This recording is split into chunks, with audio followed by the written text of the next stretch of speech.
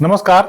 इस अंक में आप सभी का बहुत बहुत स्वागत है। सुप्रीम कोर्ट का 1 सितंबर 2025 का निर्णय, जिसमें सभी शिक्षकों के लिए टेट को आवश्यक बना दिया गया था, चाहे वो शिक्षक सेवारत हो या उनकी नई बहाली की जा रही हो, सभी के लिए टेट को आवश्यक कर दिया गया था। यदि इस निर्णय को अच्छी तरह से पढ़ेंगे तो यह निर्णय बहुत हद तक प्रीजुडिस्ड लगता है, अर्थात पहले ही मान लिया गया कि सभी शिक्षकों के लिए टेट अनिवार्य है, उसके बाद उस निर्णय को लिखा गया। कुल मिलाकर कहने का मतलब यह है कि टेट को सभी शिक्षकों के लिए पहले ही अनिवार्य मान लिया गया और बाद में उसे जस्टिफाई करते हुए इस निर्णय को लिखा गया और उस पर तर्क देते हुए उसे सही साबित करने का कोशिश किया गया। ऐसा मैं इसलिए कह रहा हूं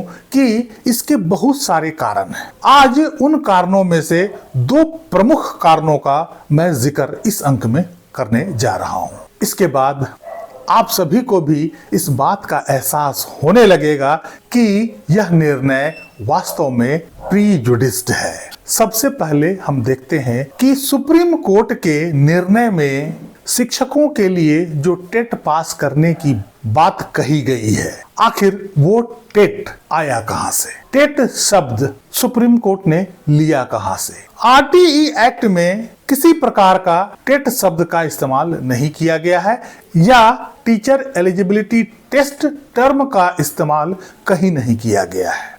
आरटीई एक्ट केवल शिक्षकों के लिए न्यूनतम योग्यता की बात करता है और उस योग्यता को निर्धारित करने का कार्य एनसीटीई को सौंपा गया था। एनसीटीई ने पहली बार 23 अगस्त 2010 को अपने अधिसूचना में टेट का जिक्र किया और उस टेट को सभी शिक्षकों के न्यूनतम योग्यता में जोड़ दिया गया, अर्थात 23 अगस्त 2010 के नोटिफिकेशन में टेट शब्द का पहली बार इस्तेमाल हुआ। इससे पहले टेट शब्द का कोई अस्तित्व नहीं था। इसका सीधा तात्पर्य यह है कि सुप्रीम कोर्ट ने भी टेट शब्द या टीचर एलिजिबिलिटी टेस्ट टर्म को एनसीटीई के 23 अगस्त 2010 के अधिसूचना से लिया है। 23 अगस्त 2010 का एनसीटीई की अधिसूचना का पैरा 1 में शिक्षकों के लिए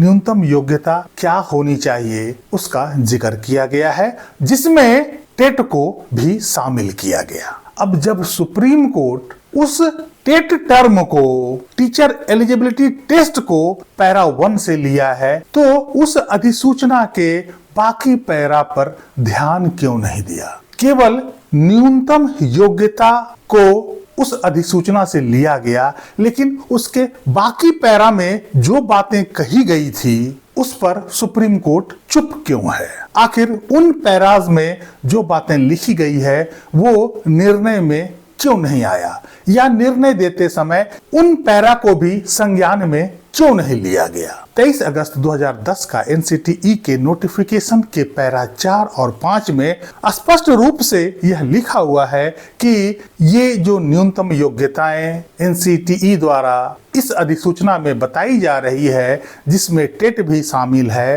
वो किन किन शिक्षकों पर लागू होगा। इस अधिसूचना से पहले के शिक्षकों पर कौन सी मिनिमम योग्यता लागू होगा, इस नोटिफिकेशन के बाद नियुक्त होने वाले शिक्षकों के लिए क्या न्यूनतम योग्यता निर्धारित की गई है। कुल मिलाकर यह कहें तो किन किन शिक्षकों पर यह नई न्यूनतम योग्यता लागू होगा और किन शिक्षकों पर लागू नहीं होगा। जब सुप्रीम कोर्ट इसके पैरा 1 को संज्ञान में लिया और टेट सभी शिक्षकों के लिए अनिवार्य कर दिया तो इसके बाकी पैरा को ध्यान में क्यों नहीं रखा गया? बाकी पैरा में जो बातें कही गई है उसे अप्लाई क्यों नहीं किया गया?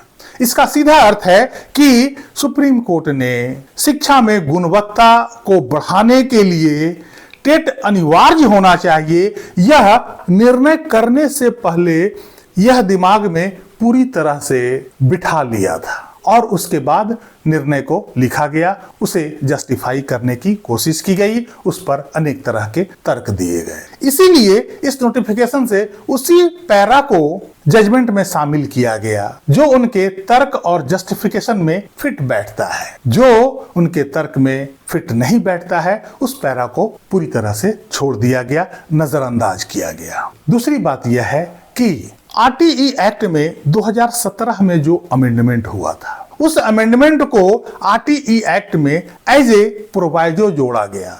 Section 23 sub section 2 of RTE act का प्रोवाइजो नंबर 2, जिसमें टर्म लिखा गया है सभी शिक्षक, एवरी टीचर। इसका सीधा अर्थ सुप्रीम कोर्ट ने लगाया कि यह टेट सभी सेवारत शिक्षकों के लिए भी जरूरी है, जबकि सुप्रीम कोर्ट को यह बात पता होगा कि प्रोवाइजो कभी भी अपना स्वतंत्र अर्थ नहीं रखता है। प्रोवाइजो एक कंडीशन है और सेक्शन 23 का सब सेक्शन 2 को यदि पढ़ेंगे और उसके साथ जब इस प्रोवाइजो को पढ़ेंगे तो आपको स्पष्ट पता चलेगा कि यह केवल उन्हीं शिक्षकों के बारे में बात करता है जिन शिक्षकों की नियुक्ति 5 साल के रिलैक्सेशन पीरियड के दौरान की गई थी। यह आरटीई एक्ट लागू होने से पहले नियुक्त शिक्षकों के बारे में बात नहीं करता है। इसलिए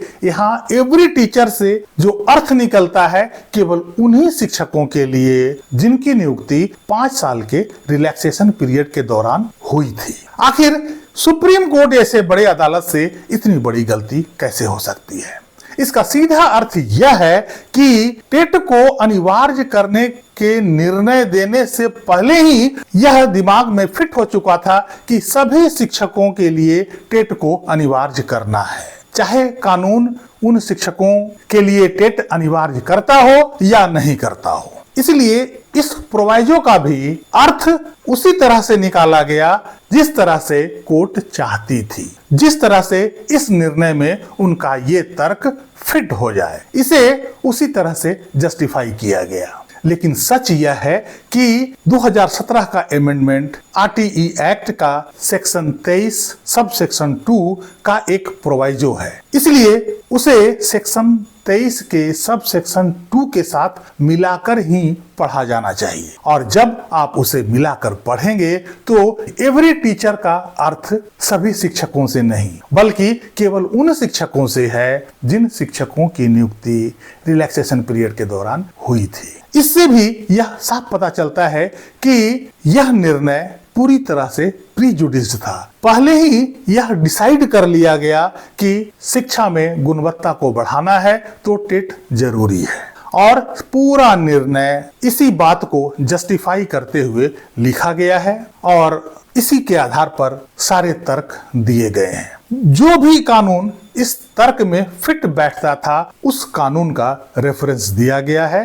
बाकी जो चीजें इस बात को सपोर्ट नहीं करता था उसे नजरअंदाज किया गया है। इस तरह से इस निर्णय को यदि ध्यान से पढ़ते हैं तो बहुत सारी बातों से इस बात का एहसास होता है कि यह निर्णय पूरी तरह से प्रीजुडिस्ड है। यह निर्णय आरटीई एक्ट 2009 और उससे संबंधित एनसीटीई का जितना भी नोटिफिकेशन जारी किया गया है उन नियमों पर आधारित नहीं है। यह फैसला पूरी तरह से आर्बिट्रेरी और प्रीजुडिस्ड है, कानून और संवैधानिक मूल्यों के खिलाफ है। आप भी एक बार इस निर्णय को डाउनलोड करके अवश्य पढ़ें, आपको भी पता चलेगा कि यह निर्णय कितना प्रीजुडिस्ड है। इस अंक में यहीं तक। कैसी लगी जानकारी कमेंट करके जरूर बताइएगा। वीडियो को लाइक कीजिएगा, चैनल को सब्सक्राइब कीजिएगा। मिलते हैं अगले अंक में, तब तक के लिए जय हिंद, वंदे मातरम।